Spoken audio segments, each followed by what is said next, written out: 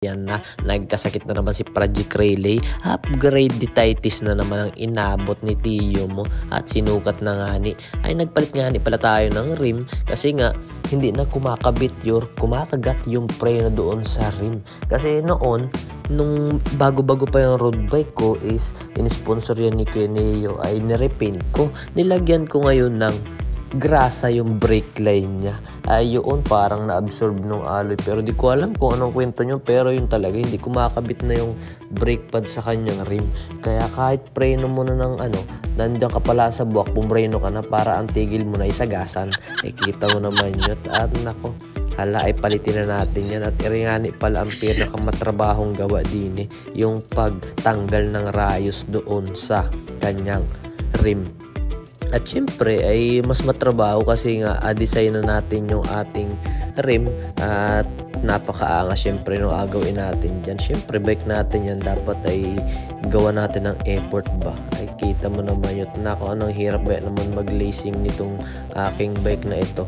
Pero syempre dahil lab na lab ko yan ay syempre paghirapan natin yan. Ay kita mo naman at ba gusto nyo magpaganyan ng rim set ay hala ay porbahin na.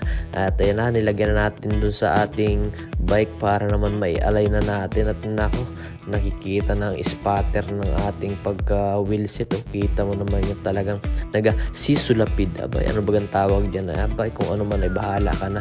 At nandito na tayo, madako na tayo sa pag-align ng ating wheelset.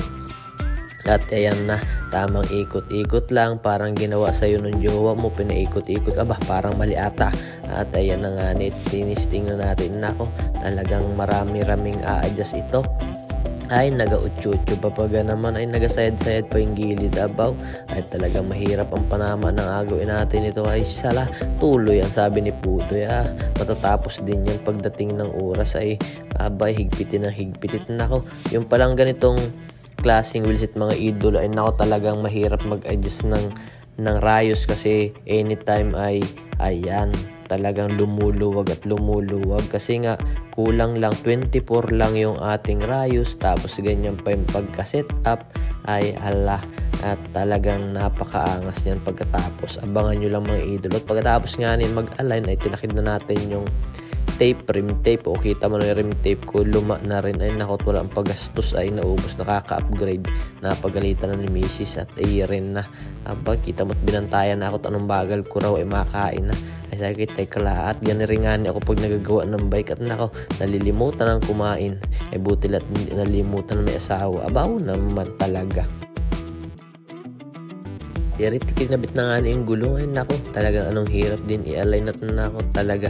Abaw ay siya na at parang maganda na wari yung ating bike nito at ire.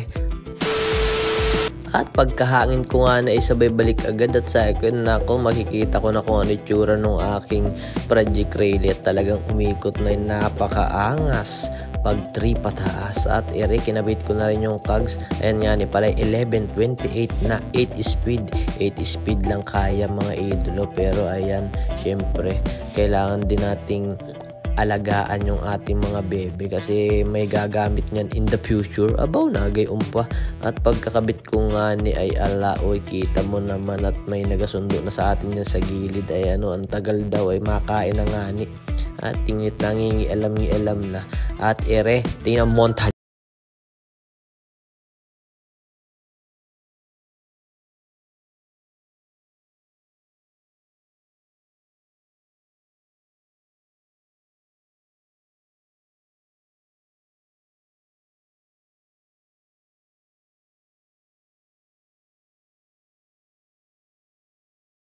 At palag na to. Sana nagustuhan yung video na to at huwag kalimutan like, share, subscribe yung channel ko para sa susunod pang mga uploads. At ito, naka-uniform tayo kasi susubukan natin siya at magkakaroon pa to ng adjustment sa paghigpit ng kanyang rayos. Tsaka ayun, pagka-uwi natin adjust ulit ito. Alright, let's go!